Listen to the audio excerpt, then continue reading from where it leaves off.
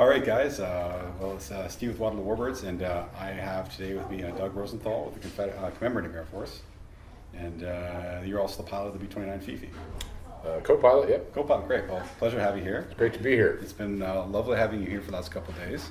The sights and sounds of the B-29 have been fantastic. I know we've had great crowds, and I think a pretty good response, but you could tell us probably a bit better. Well, we just had a wonderful reception for FiFi all across Canada. Great. I've just been at the airplane for a week, but talked to all the other crews, and people have really come out and supported us, and we really appreciate that. It's great to be up here. Good. Well, I'm glad you're having a good time and enjoying some Canadian hospitality and some very fine, warm Canadian weather, which you guys probably weren't expecting. I want to talk about FiFi itself and what it's like to fly the aircraft. But maybe we could start with your background.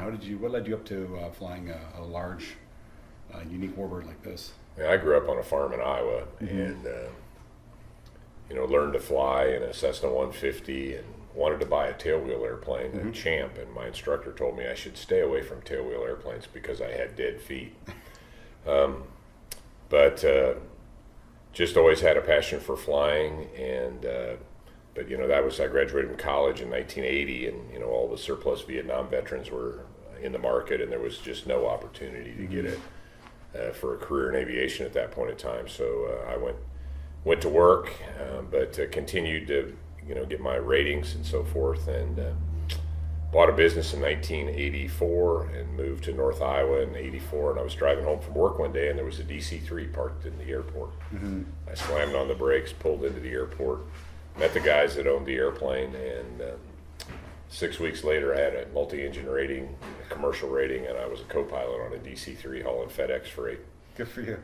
Did that for 6 months. Winter came, and there was no hangar for the DC-3, and so they replaced the DC-3 with two twin beaches, and with 900 hours total time. I was a freight pilot flying night freight in the wintertime in Iowa on a VFR 135 letter in a twin beach. So wow. Grew up quick, you might say. Yeah, that'd be definitely a good experience. Did that for a while, and the guys that owned the DC-3 I'm flying were CAF members from South Texas. And so in 1989, I went down to visit them, went to the CAF show in Harlingen, joined. A couple years later, I got involved with the Minnesota wing, started flying the B-25. Okay. It's been a great run. 31 years ago, I was flying a DC-3, and today I've flown most of the significant fighters and bombers of World War II, and really been a lucky guy, richly blessed. So what is, like, I'm assuming P-51's in there for sure. Yeah. You mentioned the B-25. What else have you flown? Oh, that really aggravates people when I read the list. So aggravate away. Well, I've flown the Mustang, the Corsair, the Hellcat, the P-40, the Wildcat, TBM, Zero, C-47, C-45, obviously, most of the trainers. I'm not rated in, but I've flown the A-26 and the B-17 and the B-24. And just 2 years ago, I'm sure I've missed several, but 2 years ago I started flying, last spring I started, this is my second season, I started flying the B-29. Okay. That's been an interesting, that's a beast of an airplane. It's the B-29. Yes, it is. There's probably no hydraulically boosted controls. No, the only hydraulic system in the airplane are the brakes. The brakes are a very small little electric hydraulic pump that runs the brakes, and everything else in the airplane is manual, mechanical. The landing gear and the flaps are electric, but it's very much an Armstrong airplane. I'd never flown an airplane with a flight engineer, so the flight engineer basically runs the engines almost all the time. Yeah. We use the throttles when we're flying for taxi and early in the takeoff rule. But as soon as you have rudder authority, you pass the throttles to the flight engineer, and then he sets up takeoff power. And even on landing, you're working with both hands on landing, and the flight engineers, we just call power back to the flight engineer. We use two different phraseologies. We call flaps 15, 25, and 35, 45. And we call manifold pressure in two-digit numbers, so manifold 26, manifold 28, to prevent confusion between those two. When you're in we fly the airplane with 6 crew members. So when you're flying an airplane with 6 crew members, communication is paramount. And so your discipline, your cockpit discipline has to be very, very tight. It must be really noisy in there too, I imagine. The B-29 is, the B-25 is noisy. This is a very civilized airplane. It's comfortable up in the cockpit, big, spacious cockpit, and not particularly noisy. A lot of our passengers don't even wear earplugs. Oh, okay. You would never do that in the B-25. You get back and you wouldn't be able to hear for days. Well, the B-25, I haven't sat in the flight deck, but I'm assuming you're right next to the engines. Well, you're right next to the propellers. Exactly. They're cracked. The propellers are 8 inches from the side of the fuselage, and the tips are cracking right on the side of the fuselage, right behind your head. So you're a little more advanced. Like you're further ahead in this. Oh, yes, you're a long ways away. Yeah. And so, no, the cockpit's very civilized in the B-29. So what kind of what speed do you rotate at typically? Well, first of all, you don't really rotate. When you have elevator authority somewhere in the 80, maybe 90, 95 knot range, you raise the nose gear. Okay. So unlike a lot of twin-engine airplanes where you'd keep the nose on the ground to control the direction in the case of an engine failure, the B-29, we have no nose wheel steering. So there's no benefit of having the nose on the ground. So when the elevator's effective somewhere in the 90 to 100, basically when it wants to, we let the nose off the ground. All of the early nose wheel airplanes are, we really didn't understand nose wheels very well, and so they're a little bit susceptible to shimmy. The B-29 less so than a lot of airplanes, but you want to get the nose wheel off the ground, and so we just kind of lift the nose wheel off the ground, and then we let the airplane fly pretty much when it wants to. Okay. That's going to happen around 120 miles an hour, 125, something like that. And the airplane, we're flying at very light weights. Typically we're below 100,000 pounds, and the military flew them all the way to 140. So we're very light. And the airplane, especially with our engines that we have now, the airplane just kind of levitates and accelerates briskly, and away you go. That's awesome. On takeoff, when you have thrust, the airplane's really nice. Handles very, very well. Good. And so your average cruise speed when you're up, I guess passenger flights probably don't go quite as fast. Cross country will indicate 200 miles an hour. Okay. So, for every 1,000 feet above sea level, you can add 2% to that. So, at 10,000 feet, 20% of 240 mile an hour is a good number. 200 knots at in the higher 7, 8, 9,000 foot range is a good number. And what's your fuel burn? 400 gallons an hour For all 4 engines. Yeah. Okay. That's quite the thirsty burn. Right. Yeah. It takes a lot of 100 low lead, especially at your prices up here. Yeah. Welcome to Canada. Now my next question. Originally they were pressurized, right? Yes. Is yours pressurized? No. Okay. Yeah. And now how about the engines? They've been modified at all? They all Yes. So the original B-29 had the B-29 had the original Curtiss-Wright 3350 on it, and it was a problematic engine at the best. It was not ready for prime time when they released it, but we needed the airplane really bad to get to Japan. Yeah. And so even though the engine was totally unreliable, they continued to build them. Okay. And 400 of the airplanes were lost in combat of the 3,700 and some that were built, and at least half of those were lost to engine failures, engine fires. The airplane basically killed as many Americans. I was going to say the poor engines did more Right. damage as the Japanese did. Exactly. And so several years ago, I'm going to say in the late early 2000s, we made the decision to stop flying the airplane. Okay. We had some fires. We had a couple fires. The parts that we were able to find were in such poor condition that our engine overhauls were not lasting more than 200, 250 hours, and the airplane was just totally not sustainable. So we made a decision to park the airplane. A donor came along, Jim Cavanaugh of the Cavanaugh Flight Museum, and he wanted to see the airplane fly, and so he made a significant donation. And so we worked with Anderson Aeromotive in Idaho, and we built a prototype engine which involved the accessory section where the engine mount is at, and the nose case. The B-29 has huge propellers that are very slow turning, so they're 33% of engine speed as opposed to most big round engines are closer to 50% of engine speed. So we incorporated the nose case from the B-29 and the accessory case from the B-29, which was the first 3350, and then we took the power section from the last version of the 3350, which was essentially the Skyraider engine. Okay. And that flew into the 70s. Yeah, that was much more. And was absolutely. Yeah. And it had aft exhaust. The original B-29 had the exhaust come out the front, and basically it preheated the cooling air, which was a terrible idea. That's a great idea. Yes, and then we had to rebuild all the baffling and all the exhaust system, and we built a QEC, tested it, 250 hours on the test stand, just the fuel. Think about that, and it worked very, very well. So we put 4 of them on the airplane, and we went from an airplane that was almost impossible to cool to the biggest problem we had after we adapted these engines to the airplane was it ran so cool we had plug fouling problems. Really? So they went in and removed some of the intercell baffling and stuff to bypass some air so it didn't cool so well, and bring the cylinder head temps up into a normal range, and that solved the spark plug issues. And knock wood, but we have one of the engines, or 2 of the engines, I believe, have 1,200 hours on them now. So our goal is 2,000 hours on this engine with a mid-time top overhaul. Wow. And we just sent one back. We pulled it off prematurely for the top overhaul and sent it back, and I ran it and said everything looks beautiful inside. Wonderful. So we're really excited to have good, dependable engines on the airplane. Sure. Do you have any spares? We have five cores, Wonderful. and but we could build more. Okay. And actually, the other B-29 that's flying adopted these engines as well, because it just flying with the other engines wouldn't have been sustainable. That doesn't sound like it. Or safe.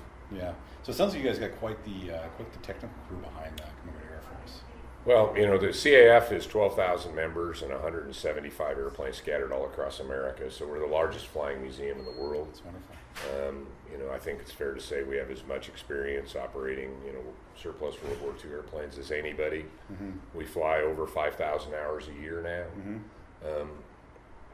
So, from time to time, the news you hear, like any operator, we've had problems, but, we take it very seriously, and we work very closely with our insurance carriers, and our accident rate is certainly higher than we would like, but on par or better than the industry. For several years, we've been considerably better than the industry here. Just in the last few months, we've had a little flurry of some wingdings, and obviously the loss of the C-47 in Texas was a bad situation. But we're working hard to mitigate those risks. Well, it's a risky environment, especially dealing with these older airplanes. I completely understand. And just from what we've seen of the professionals and crew and stuff here, has been nothing but fantastic. I know I'd have no problems taking a flight with any of these. Well, step one of mitigating risk is to acknowledge the risk. Absolutely. And flying 70-year-old airplanes is a higher than normal risk activity. Yep. But if you acknowledge that, there's lots of things that you can do through employing technology and chip for monitoring, chip lights, and just trying as hard as we can to employ the latest technology, just like the engines that we developed for this airplane, using the latest technology that's available to make the engines as robust as possible. Mm-hmm. So, have you found, obviously the generation of young men and some women who flew these airplanes is obviously there's not too many of them left. Have you found interest has waned in the World War II aviation, or has it grown? No, I would strongly disagree with that. First of all, a Civil War reenactment is going strong as ever. So anyone that tells me that the interest in World War II is going to die away as the veterans pass on, I disagree with wholeheartedly. I'm glad to hear that. But and the average age of our pilot corps has, in the last 15 years, has decreased 10 years. Mm-hmm. So we're bringing a lot of young people into aviation and flying old airplanes. Sadly, there's a lot of basic stick and rudder skills. I'm a pilot examiner, and sadly, at least on our side of the border, the FAA is more interested in what we call following the magenta line than they are flying the airplane. And different up here. as a pilot examiner, it's disappointing to see the raw materials that come to me for pilot certificates. And these airplanes at that time demand basic stick and rudder skills. Yeah. And so we're focused on that, and we we teach those younger pilots how real airplanes fly. Make better pilots out of them. Exactly. Yeah, But no, I don't think for a minute that World War II is going to vanish. It's a small part of the history curriculum in our schools on our side of the border, and I suspect the same is true up here. Very small. But the reality is that's really our mission. Our mission is to use these airplanes as an exciting hook to inspire and educate young people. And I don't think there's certainly in recent history been a time when the lessons of World War II are more poignant or applicable than they are today. World War II is an absolute testament to what the Western world can accomplish when we're all focused on a goal together. If you look at the B-29 in 1935, the airliner of the day was a 90-mile-an-hour Ford trimotor that was made out of corrugated tin and barely had heat. 10 years later, because of the focus on technology and winning a war, everybody being committed to winning a war, in 1945 we had the B-29, which is a pressurized transcontinental 300-mile-an-hour airliner, a la the KC-97 or the C-97 or the Boeing 377. And so in 10 years, if you look at that, and basically 7 years after that, we had the B-52 and the Boeing 707. Yep. And we're going twice the speed of sound. Absolutely. Yeah. So what we can do as a country when we're focused on a goal is incredible. And I think there's a really important lesson there that we would all do well to ponder for at least a minute. I agree with you 100%. So want to bring back one more thing. One other thing I'd like to cover is what was your training like in the B-29? Well, my training. There's no sim. Yeah, no, there's no sim. My training for the B-29 started 30 years ago when I started flying the C-47.